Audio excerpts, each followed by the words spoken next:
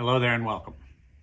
Today I'd like to speak about the paradigm, the self-image, and my early lessons around mindset that really transformed my life into something completely different, almost unrecognizable.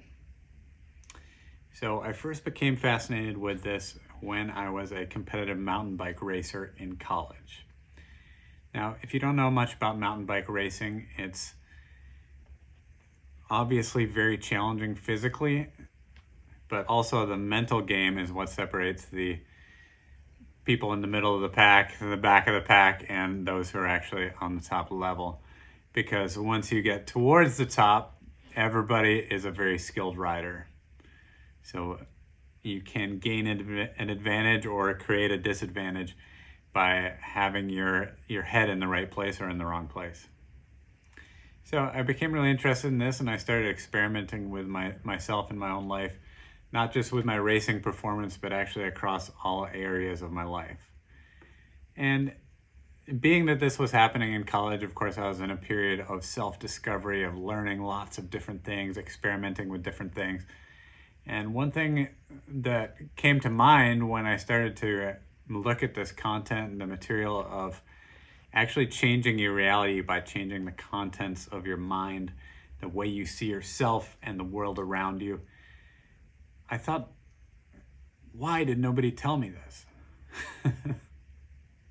This should be, from the beginning, elementary school. We should have a sense that we can actually bend reality to a certain extent by changing what is going on here as well as here. It's remarkable. It's an amazing fact that, for whatever reason, is not common knowledge among so many people. I see people all the time, and in fact, me included, even knowing this, create such a high degree of suffering for themselves in their lives because of the attitude that they're holding, their mental attitude that they're persistently holding. I've seen people create suffering for themselves over the course of literally decades, over one thing or a couple things that happened that they simply cannot let go of. So if you're one of those people who's in that type of a situation, just consider, what good are you doing by holding on to it? And how much more good could you be creating by releasing whatever it is and allowing yourself to live at a higher level, a higher frequency? Because what I've come to believe and what I've seen to be true in my personal experience is that your frequency creates your reality. Your paradigm, your attitude, what you believe to be true about yourself and the world around you is what creates your experience of reality. So back to the mountain biking analogy. Like I said, once you get to a high level, pretty much everybody is very advanced in terms of their technical skills. They're all in very good shape. Obviously, conditioning is an important part with the cross-country aspect in particular, which is where you do long-distance races. You go up and down the mountains, usually a bunch of times, round and round laps on this course. The mental game is what separates people from first to middle to last. And you see the same thing over and over again.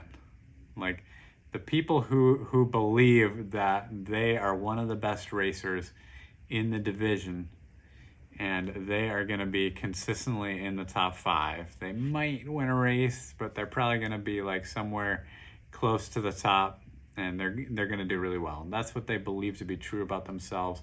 And those are the results that they get unless something crazy happens. You know, sometimes you have mechanicals or crashes or whatever. And then there's the people who believe that, well, I'm probably going to be in the middle of the pack somewhere. I might be, top 10, maybe 15th, 20th, whatever, depending on how big the race is. I'm not going to be last. I'm not going to be first.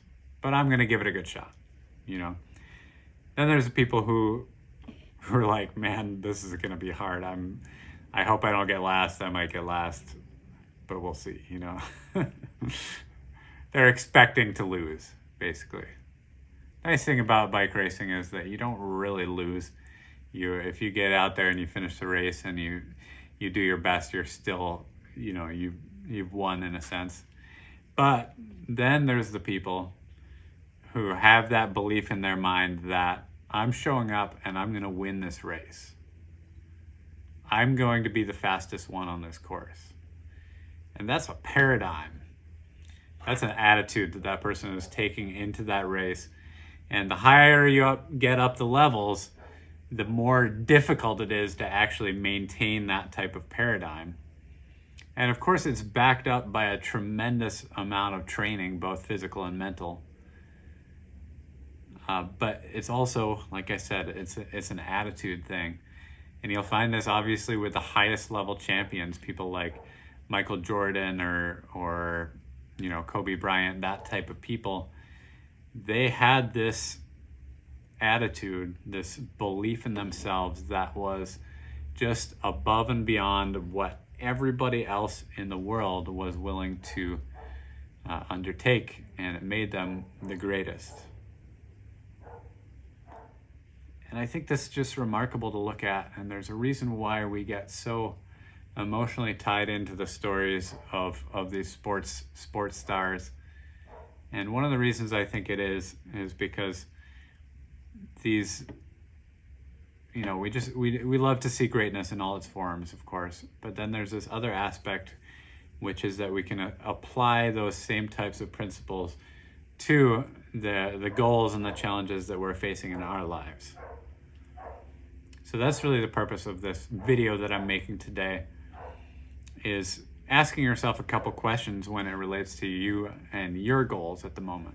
First of all, the number one step that I always tell people if they're not totally clear is that's the first step, is to become clear about what it is exactly that you're creating in your life.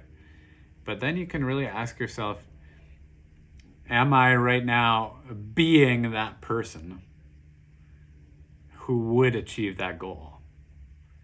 Right? Like, am I taking all of the steps that person would take, both mentally and physically, to actually materialize those results in my life? What I like about this is that it's so practical. It's both logical and metaphysical at the same time, you could say. But it's a matter of stepping into the identity of that person and living that every single day. So I've done this a bunch of different times in my life, and I've seen that amazing things happen. It led me to do some incredible things in my sports life, my sporting pursuits, which has always been a passion of mine. And this is also the mindset that has allowed me to create a lot of beautiful art in my life. And really, more importantly, to actually meet my life partner, Emily, my wife, and to create the beautiful family that we've created together. We have 3 young children now, 6-year-old daughter, a 3-year-old son, and a 1-year-old, almost 1-year-old daughter. And this is something that I envisioned for myself, and it's also an identity that I'm continually stepping into, because I was not in the father identity or the provider identity or the stable, strong protector identity for a long time. I spent a long period of time in my life as a single man with nobody to take care of but myself. And so for me to make that paradigm shift has been a bit of a slow process. But it has been one of the most beautiful, transformative journeys I've been on in my life.